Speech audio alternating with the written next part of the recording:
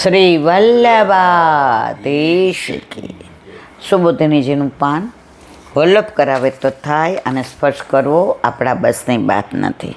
અત્યારે આપણે પરીક્ષિતના ભવિષ્યનું પેલું વાંચનનું વર્ણન કર્યા છે એમાં આગળ એસ દાતા શરણ્યશ્ચ યથા શોષિનરસિભિ યશો વીતનીતા સ્વાનમ દૌષ્યવિંતિરિવ યજન્નામ.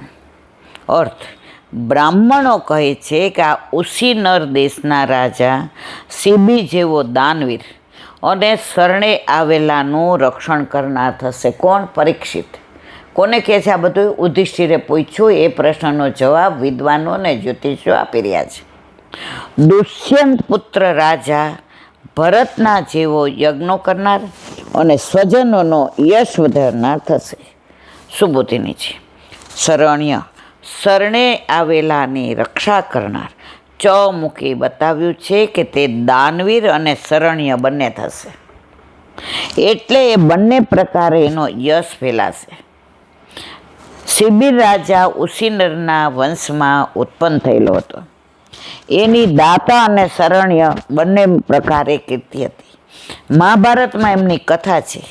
શિબિરની પરીક્ષા કરવા ઇન્દ્ર કબૂતર અને અગ્નિબાજ બની એમની પાસે આવ્યા હતા. પોતાના શરણે આવેલા કબૂતરની રક્ષા કરવા શિબીએ બાજને પોતાનું માંસ આપ્યું હતું, પણ કબૂતરની રક્ષા કરી હતી. ઇન્દ્ર અને અગ્નિના સંવાદમાં એમની કીર્તિ પ્રસિદ્ધ છે. દુષ્યંતનો પુત્ર ભરત આખા સોમવંશને યશ અપાવનાર હતો. એણે 100થી વધારે અશ્વમેઘ યજ્ઞો કર્યા હતા, જેની કથા શ્રીમદ ભાગવતજીના 9મા સ્કંધના 20મા અધ્યાયમાં કહી છે. તમારો પુત્ર પણ પૂર્વજોની કીર્તિ વધારનાર થશે. ચ પદ મૂકી બતાવ્યું છે આ બાળક પણ ભરતની જેમ પોતાના પૂર્વજોની કીર્તિ વધારનાર અને યજ્ઞો કરનાર થશે. બધી જગ્યાએ ચ થી પહેલાં કહેલા દ્રષ્ટાંત તથા જેના માટે દ્રષ્ટાંત આપવામાં આવ્યું છે તે સમજ જોઈએ. ધર્મીદાસ ગ્રણીરેશ તુલ્યાસર્જુનો થયો હુતાસૈવ દુર્ગસહ સમુદ્ર એવ દુસ્સર.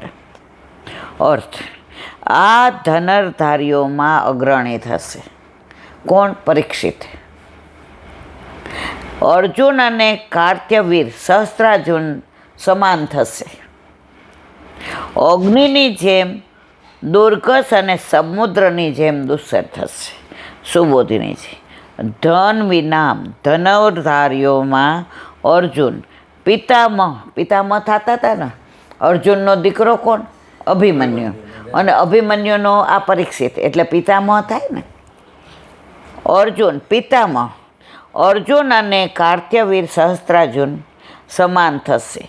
ચ અને પદ મૂકી બનાવ્યું છે કાળને વશ કરનાર હોવાથી એમનામાંથી પણ અધિક થશે. હુતાશ એટલે અગ્નિ, ઘર્ષણ એટલે અતિક્રમણ, ઉલ્લંઘન. દુર્ગસ ઉલ્લંઘન ન કરી શકાય તેવો, દુસ્તર પાર ન કરાય એવો. અર્થાત કોઈ એની આજ્ઞાનું ઉલ્લંઘન કરી શકે નહીં અને યુદ્ધમાં કોઈ એની સેનાનો પરાભવ કરી શકશે નહીં. સમુદ્ર રૂપેની સેનાને તરીને પાર ઉતરશે નહીં. કોણ આવો થશે? પરીક્ષિત.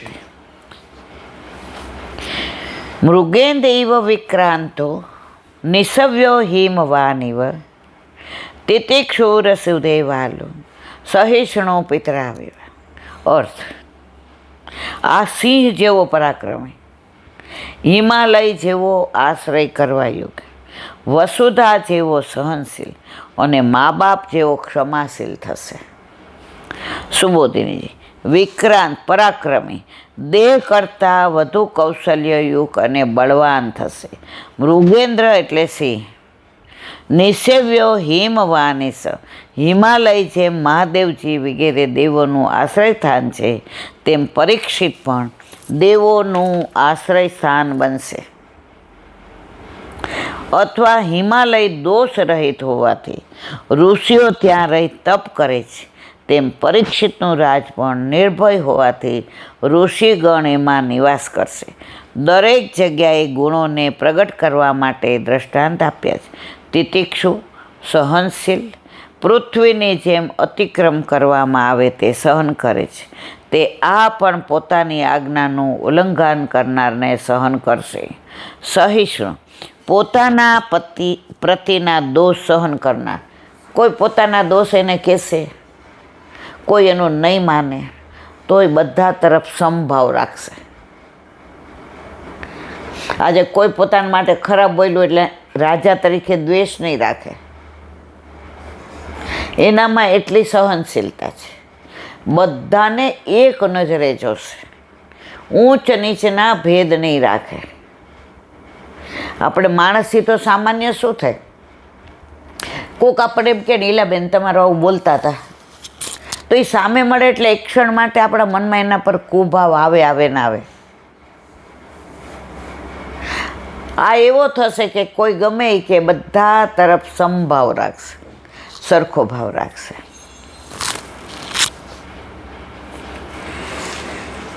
માતા પિતા જેમ પોતાના સંતાનોના અયોગ્ય વર્તનને સહન કરી તેમની રક્ષા કરે છે તેવો ક્ષમાશીલ થશે. ક્ષમા વિરસ્ય ભૂષણો. બધાય ક્ષમા ન આવી શકે, પણ આ એવો ક્ષમા. મા બાપ કોઈ દી આપણા દોષ જોવે? આપણે ગમે એવું કર્યું હોય તો 2-4 વાર ખીજાય આમ તે, પણ પાછા જમીએ ને એટલે 2 વાર કે ભૂખો ન રહેવાય, રાતના ઊંઘ નહીં આવે, હોઈ લે, અરે ખાઈ લે. મા બાપ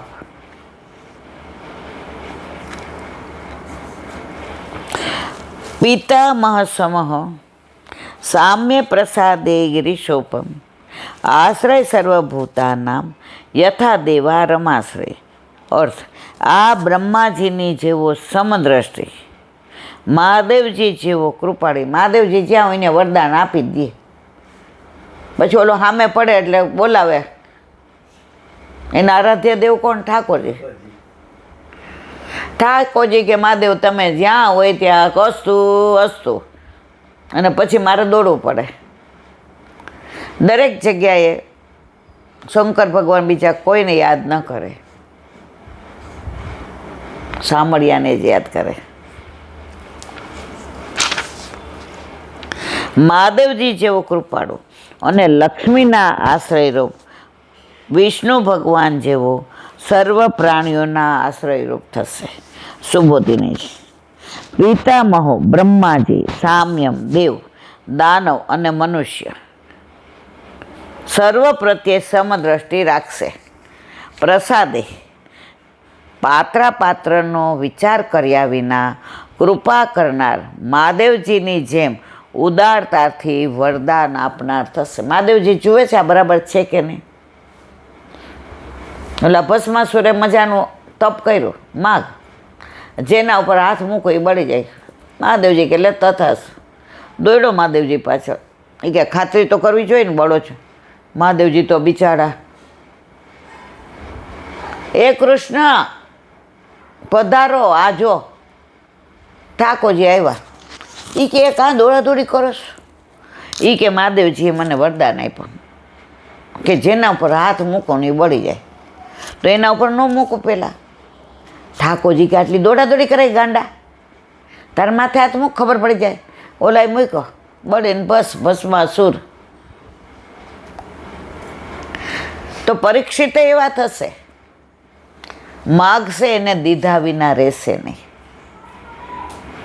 આશ્રય, આધાર, અવલંબન એવો અર્થ છે.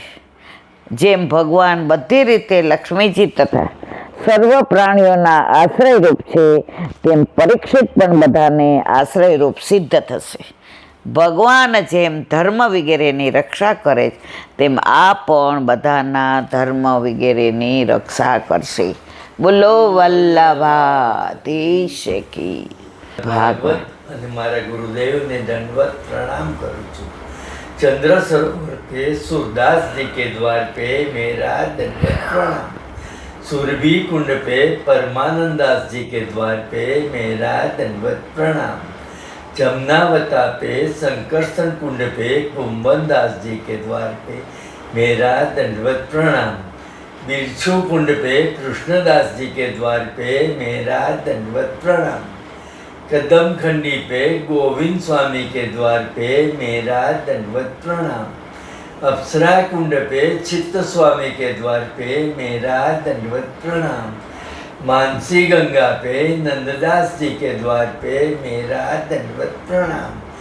रुद्र कुंड पे चित्रबुद्ध दास जी के द्वार पे मेरा दंडवत प्रणाम। વ્રજ વિલાસ વૃદ્ધિ ગોપિકાઓને મારા દંડવત પ્રણામ. હે વલ્લભ, સવારથી અત્યાર સુધી સેવા સ્મરણ સત્સંગ જે પણ તે કરાવ્યું તે તારા ચરણારવિંદમાં સમર્પણ કરું છું. ભૂલ અપરાધ થયો હોય તો ક્ષમા કરશો. બોલો વલ્લભાધીશ કી જય. દ્રઢ ચરણ તેરો ભરોસો, દ્રઢ ચરણ કેરો. શ્રી વલ્લભનક ચંદ્ર છટા બિન સબ જુગ માય અંધેરો ભરોસો, દ્રઢ ચરણ કેરો. साधन और नहीं आ कली में, जहाँ सो होय निवेरो. सूर का कहे द्विविध आंधरो, बिना मोल को चेरो भरोसो, દ્રઢ ચરણ, દ્રઢ ચરણ, દ્રઢ ચરણ કેરો. સવાધીશ કી. આજનો આ સત્સંગ મારા વલ્લભના ચરણારવિંદમાં સમર્પણ કરું છું. ભૂલ અપરાધ થઈ હોય તો ક્ષમા કરશો. આ મારા વલ્લભની વાણી અને ભૂલો એ મારી. બોલો વલ્લભાધીશ કી. બધાય વૈષ્ણવને જાજા કરીને જય શ્રી કૃષ્ણ.